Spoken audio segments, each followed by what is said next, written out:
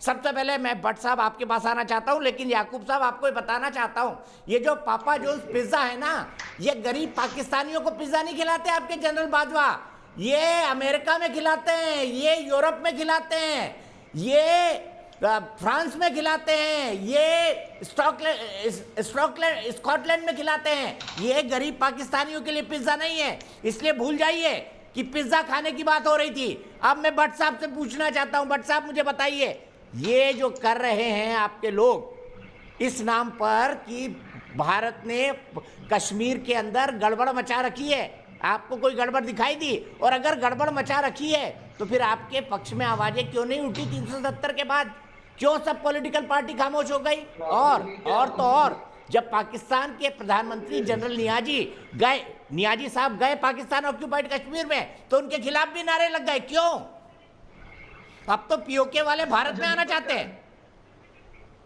मैं बताता हूं, देखें, अगर तो पहली बात तो ये है कि ये साजिश तो किसी किस्म की नहीं है, सीधी सी बात है। एक ट्रेंड चलाना हमारे लिए एक ऐसी टेरिटरी का जो कि मुतनाज़ा है इंटरनेशनली, तो वो कोई इतनी बड़ी चीज नहीं है, उसके अंदर हम पार्टी हैं। ट्रेंड चलाना अच्छी बात है, लेकिन उसके लिए करोड़ों डॉलर खर्च करना, घूस खिलाना है, करोड़ों डॉलर खर्च करना, घूस खिलाना है। घूस डॉलर से दीपक, आप हिंदुस्तान, आप पैसे दे दे के करवा रहे हैं लोगों से। रोटी की परवाह कब से होने लग गई है? मुझे एक बात बताएं, जो मुल्क हमारे खून का दुश्मन है उसको हमारी रोटी की टेंशन काहे की है? हम भूखे मरे या जो मर्जी करें, आपको तो उससे प्रॉब्लम नहीं होनी चाहिए। और अभी पंडित साहब फरमा रहे थे कि जनाब देखें, दुनिया का ध्यान पाने के लिए जो है ना वो इन्होंने अफगानिस्तान से तो ये किया, तो मैं तो समझता हूँ कि सर कोई भी दुनिया में भूखा मरे, भारत ऐसा देश है जो वसुदेव कुटुंबकम की बात करता है। हमारा पड़ोसी भूखा मरे हमें अच्छा नहीं लगेगा। कैसी बात कर रहे हैं?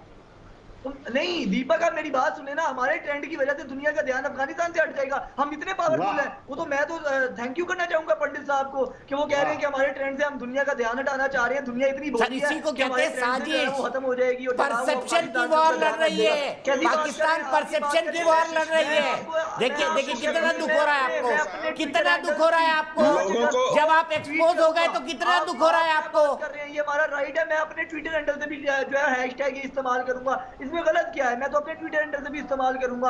आप नहीं करते, आपने भी केपे किया और बलूचिस्तान की बात की, आपने गिलगित की बात की, आप करिए ना। ऑफिशियली हमारे लोगों को पैसा खिला के मत करवाइए, इसके लिए हम बात लोगों को पैसा खिला के मत करवाइए, लोगों को पैसा खिला के मत करवाइए। आप करिए, मुझे कोई दिक्कत नहीं है, आप करिए ना, पैसा मत खिलाइए लोगों को।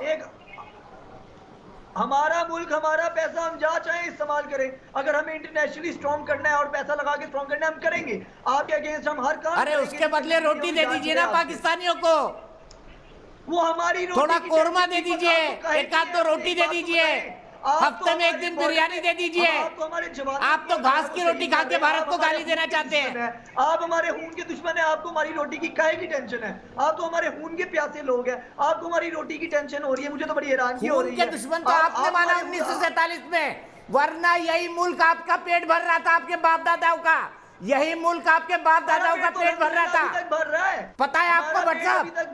यही मुल्क आपके बाप दादाओं का पेट भर रहा था। करके दिखाया आपको,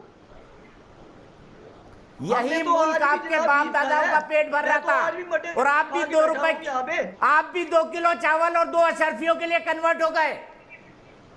अच्छा बताइए, कितने साल पहले कन्वर्ट हुआ इस्लाम में? मैं तो मटन खा के बैठा हुआ हूँ। हमारे मुल्क के हालात इतने बुरे नहीं है जितने आप बताते रहते हैं, ठीक है? आप टेंशन ना लें, आप लोगों के लिए घास भी खाएंगे, लेकिन आप मटन खा रहे हैं फिलहाल। अल्हम्दुलिल्लाह इतनी बेहतर हालत है हमारी।